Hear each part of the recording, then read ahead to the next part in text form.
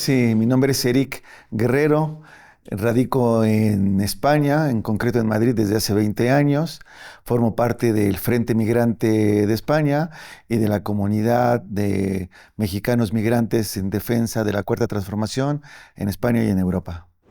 Las transformaciones que está viviendo México, las transformaciones que está impulsando el humanismo mexicano desde la etapa del presidente Andrés Manuel a la etapa en las cuales las está profundizando y dándoles mayor alcance la presidenta Claudia, han generado una serie de agitación, por llamarle así, en Europa, en los diferentes estamentos políticos o fuerzas políticas, progresistas, liberales, de derecha reaccionario, de extrema derecha.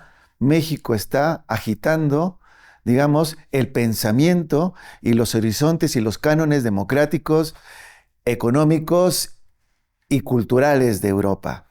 Eso ha implicado que a la llegada del presidente Andrés Manuel, sobre todo en España, por la relación que guarda México con España y los componentes parecidos que tiene la derecha española con la derecha mexicana, se haya iniciado un sistemático ataque al presidente y a las reformas.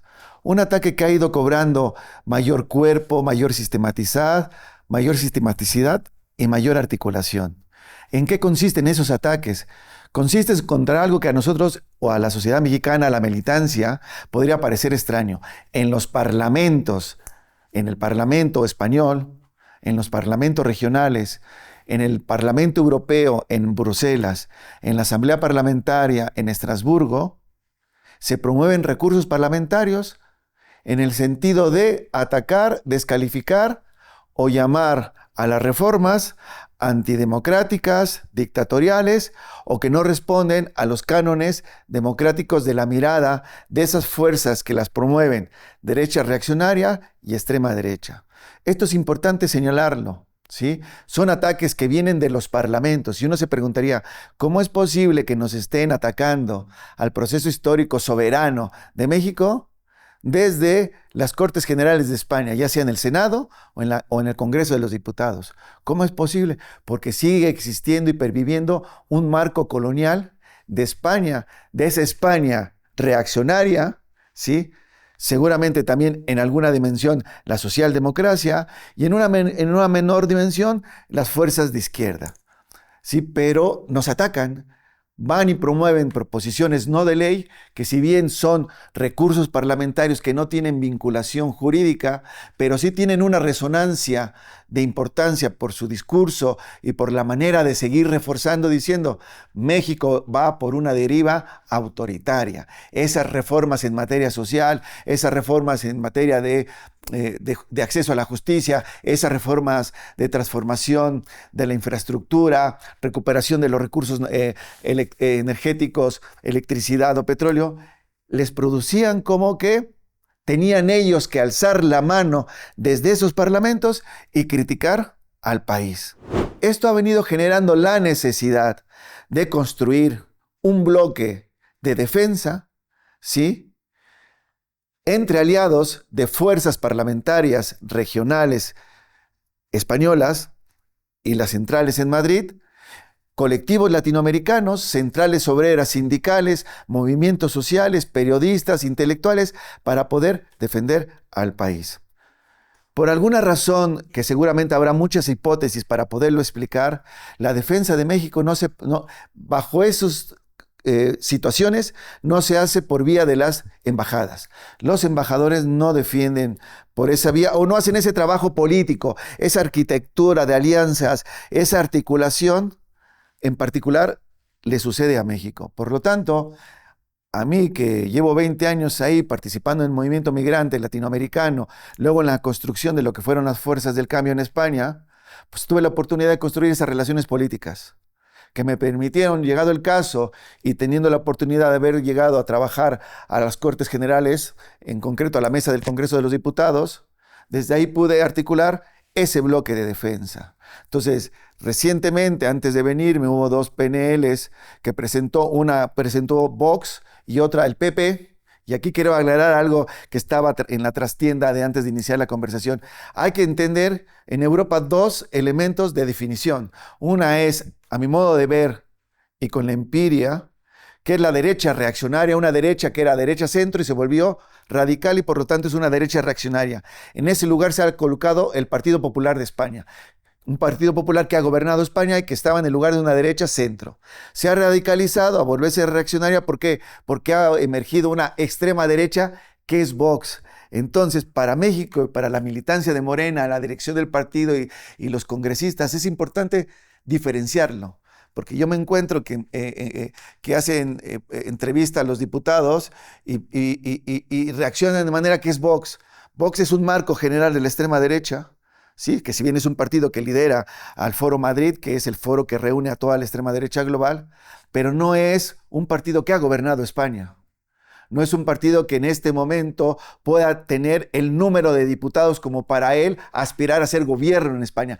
Pero sí tiene el número de diputados para darle el gobierno ¿a quién? Al Partido Popular. Un Partido Popular que pasó de centro a volverse reaccionario. ¿Por qué se volvió reaccionario? Porque Vox le ha quitado votantes. Y esto es importante entenderlo, porque me parece que un descuido de precisión en México puede darle a Felipe Calderón, que ahorita entraré en eso, digamos, la oportunidad de que él piense que en México no entienden lo que está pasando ahí. Porque los ataques en la etapa más al final hacia Andrés Manuel ya han sido una arquitectura de Felipe Calderón y el PAN. Porque Felipe Calderón es asesor en las fundaciones que tiene el expresidente Aznar, fundaciones de extrema derecha muy poderosas económicamente. Hay cuadros del PAN trabajando en el Partido Popular, en el Congreso de los Diputados de España. Por lo tanto, los panistas y la visión de Felipe Calderón no son ocurrencias, son estrategias, tienen una articulación muy fuerte. Entonces, en esto consiste. ¿Y qué hacemos como trabajo? Juntar votos, porque hay dos elementos de síntesis de la defensa de México. Uno es el discurso y otro es juntar los votos. En esa operación política tenemos que movilizarnos. Hay aliados que tan solo buscan de manera valiosa ayudar a defender a México con el discurso y terminan relacionando siempre en una matriz discursiva Vox y Benito Juárez. Hay otros aliados que en el discurso, y que me parece lo más relevante, tratan de argumentar por qué defienden a México en términos de las transformaciones. Porque cuando una defensa narrativa de discurso ideológica se basa solamente en ese aspecto ideológico sin resaltar por qué México está haciendo esto, me parece que también se pierde una defensa de por qué defienden a México. Porque defender a México diciendo, sí, la extrema derecha y Benito Juárez, porque no quieren a Benito Juárez, me parece que se pierde una oportunidad. Ojo, digo que es valioso, pero es mucho más importante que en los parlamentos europeos se escuche por qué se defiende, porque estas reformas son democráticas, son constitucionales, obedecen a una legitimidad del proceso de transformación de México. Y ese es otro ambiente, y eso es otro aspecto que también es de construcción, de poderle dialogar con los parlamentarios españoles, aliados, los parlamentarios en Bruselas, los parlamentarios en Estrasburgo, para trasladarles por qué hay que defender a México y con estos términos. Y ahí hay una primera tarea que es importante, que es en el momento de lucha, de la disputa, de estar en el Parlamento explicando. Y luego viene, a mi modo de ver, el elemento más importante, juntar los votos. Juntar los votos porque en una sesión, en un pleno o en una comisión de exteriores puede haber 5 proposiciones de ley, por ejemplo, contra Colombia, contra Bolivia, contra Cuba, contra México, contra Nicaragua, y entonces hay una negociación. Y en esa negociación, los embajadores todos de los países latinoamericanos hablan con los diputados para plantearles que ellos necesitan que esa proposición no se apruebe. Entonces, un país se puede ver expuesto a que se aprobó esa proposición de ataque porque la negociación es defendamos a otro país. Y hasta ahora el trabajo de alianzas que hemos hecho, sí, hemos en todo momento, frente a ese escenario complejo de los ataques a nuestros hermanos de gobiernos progresistas en América Latina, hemos logrado que en todo momento se den los votos para que no pasen los ataques hacia México. Entonces, diría como en síntesis, es un trabajo discursivo, pero que necesita no solo irse sobre la línea de pura ideología, son extrema derecha, son estos, sino argumentar en términos de lo que hace México para poder responder a esas cuestiones. Y segundo, mantener esas relaciones políticas con los aliados para poder juntar los votos. Yo soy un sujeto político conformado por una doble ciudadanía. Por lo tanto, a mí me afecta el fenómeno del fascismo o cualquiera que pueda ser su formulación conceptual y la aparición de la extrema derecha como europeo, como español. Y por un sujeto que cree en la democracia, en los valores republicanos, no creo en la monarquía, que en los valores republicanos, y creo en la prosperidad compartida, tal como lo plantea la presidenta Claudia o el modelo del humanismo mexicano. Ahora es bien cierto que tenemos un problema en Europa que es el siguiente. ¿Por qué todas las votaciones de doble ciudadanía de los países latinoamericanos siempre termina ganando la derecha en Europa? ¿Por qué los latinoamericanos votan a la derecha en Europa?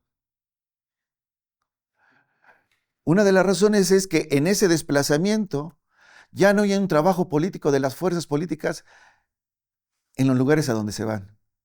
Y mucha gente se va resentida, dolida porque no tuvo la oportunidad en su país, y a pesar de que va a ser expuesta a explotación, a domesticación, a brutalidad racista, a colonialismo, puede estar más agradecida con el país que le abrió las puertas y que le permite mandar remesas a su país, que el propio país o la propia fuerza política que ha iniciado un proceso de transformación.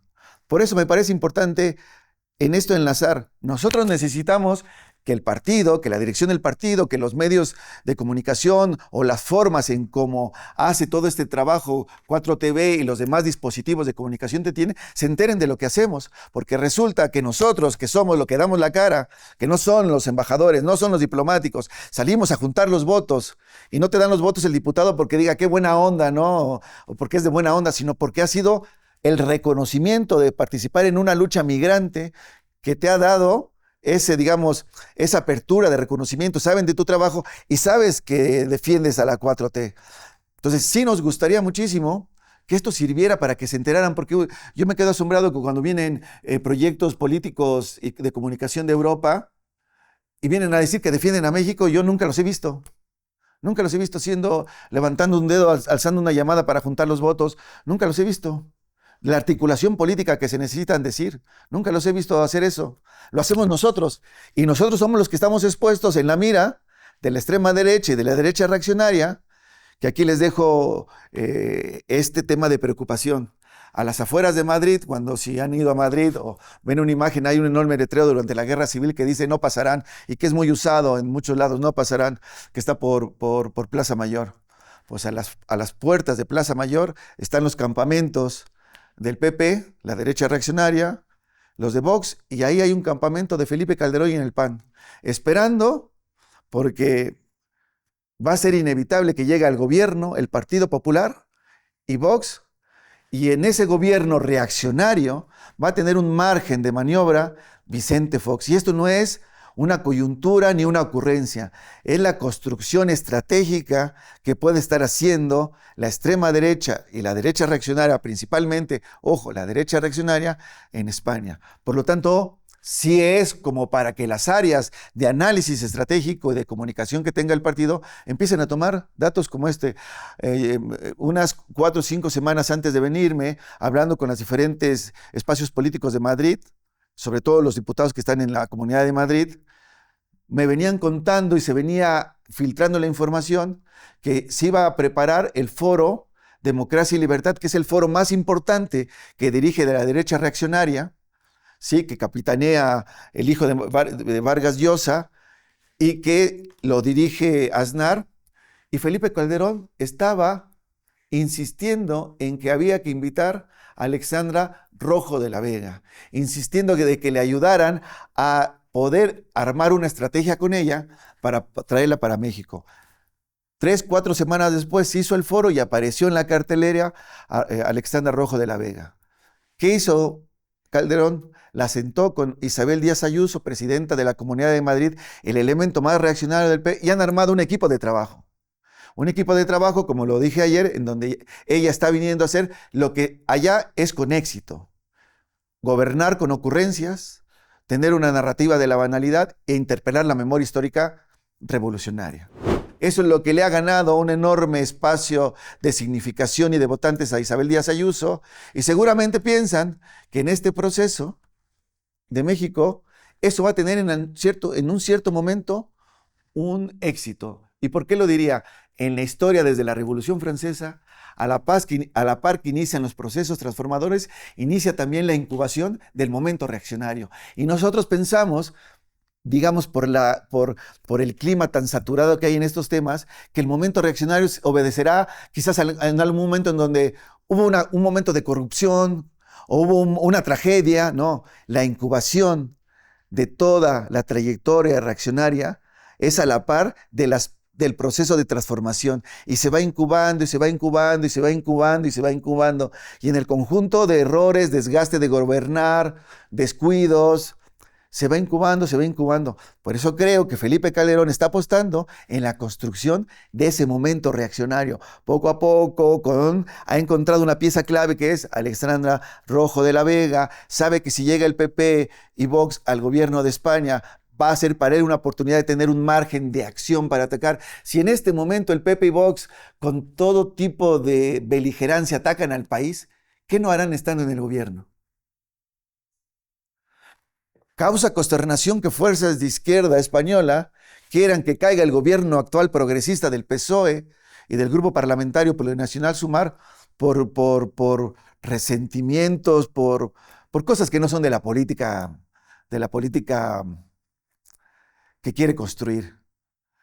En este momento creo que el partido y todo el mundo debe de apostar porque ese gobierno no caiga, porque es preferible que, aunque esté la pausa entre los gobiernos por el tema de la monarquía, pero por debajo es muy importante el apoyo que nosotros recibimos del PSOE para lograr los votos cada vez que viene un ataque hacia México. Entonces, la tarea de los espacios de comunicación y de difusión y de formación del partido tienen que también poner el ojo en estos procesos de cómo se está construyendo desde afuera el ataque hacia México. Y que no nos quedemos estar respondiendo de manera tan beligerante, desde mi punto de vista, a la cotidianidad de una oposición mexicana y de una derecha mexicana que están, si bien desgastados, pero que le han encontrado la medida al momento de transformación, de que todo el mundo le esté poniendo la atención todo el día. Pero detrás de eso hay la construcción del momento reaccionario, en donde yo creo que es importante que la defensa que hacemos afuera tenga un valor adentro del país. Si ustedes se fueran como 4TV en España, no tendrían trabajo y no tenían expectativa y les dirían que no tienen ni siquiera capacidad para hacerlo. He visto tanta gente y mente brillante latinoamericana ir para allá, y en un concepto que he oído muchísimo en ese grupo, que es: no entienden los códigos españoles. Seguramente ellos sí entienden los códigos mexicanos para venir a construir una propuesta, porque este país no entiende los códigos globales de la política, ¿no? Pero sí, lo que yo creo es que en el marco global de compartir luchas, es legítimo y factible compartir espacios y todo. Lo que no es factible es en el marco colonial. Nosotros, como Frente Migrante en España, iniciamos la construcción de las fuerzas del cambio en su momento, y Podemos nos trató con una violencia racista y colonial de lo más brutal. Nosotros en algún momento decidimos salirnos, ¿no? Porque fue muy brutal la violencia, porque la extrema derecha y la derecha radical, no tenemos problema, claramente son racistas, claramente son xenófobos, y pueden desplegar en la contemporaneidad de la lucha y poner en disputa que nosotros podemos ser un riesgo para la conservación de sus valores culturales y de civilización. Pero cuando nosotros nos enfrentamos, que es una parte de la izquierda que también es racista y colonial, ojo el problema. ¿Pero por qué es real? ¿Por qué es Europa? Y si nosotros no entendemos, no es que somos hermanos o así, no. Hay un hecho colonial. Claro, muchas veces nos mandaban a sacar de las reuniones porque pues, no teníamos que estar, porque además muchos de nosotros, de los latinoamericanos ahí, no teníamos la predisposición de expresar su alternidad frente a ese proceso. Pero es un tema muy interesante, que yo lo cerraría con algo para que concluyamos. Yo creo que hay un gran pendiente teórico y empírico en la Cuarta Transformación, en Morena, en los espacios de formación, en los espacios de comunicaciones, cómo nos vamos a hacer cargo del elemento del colonialismo interno y de la subalternidad. Las reformas pueden avanzar en manera constitucional con votaciones y se arman, pero una reforma de profundidad en materia social, económica, cultural, de recursos energéticos, hasta de soberanía, ¿de qué manera es compatible con los elementos de colonialismo interno y subalternidad que todavía perviven muy fuertes en la sociedad mexicana, pero que afloran con diferentes manifestaciones en el propio proceso de transformación? Ese es un gran pendiente que hay que trabajar. Agradecerles que ojalá yo vengo también con las muchas ganas que TV4 TV pueda ser también un dispositivo de lucha para nosotros allá, porque es una lucha muy en soledad y sería muy importante que pudiéramos hacer un trabajo conjunto. Invito a la comunidad, a la militancia, a los simpatizantes de Morena y de la Cuarta Transformación, en México, como en Europa, como en Estados Unidos, a que vean esta charla y esta conversación, porque es muy importante que nuestro testimonio de lucha también forme parte de la memoria de lucha del país. Gracias.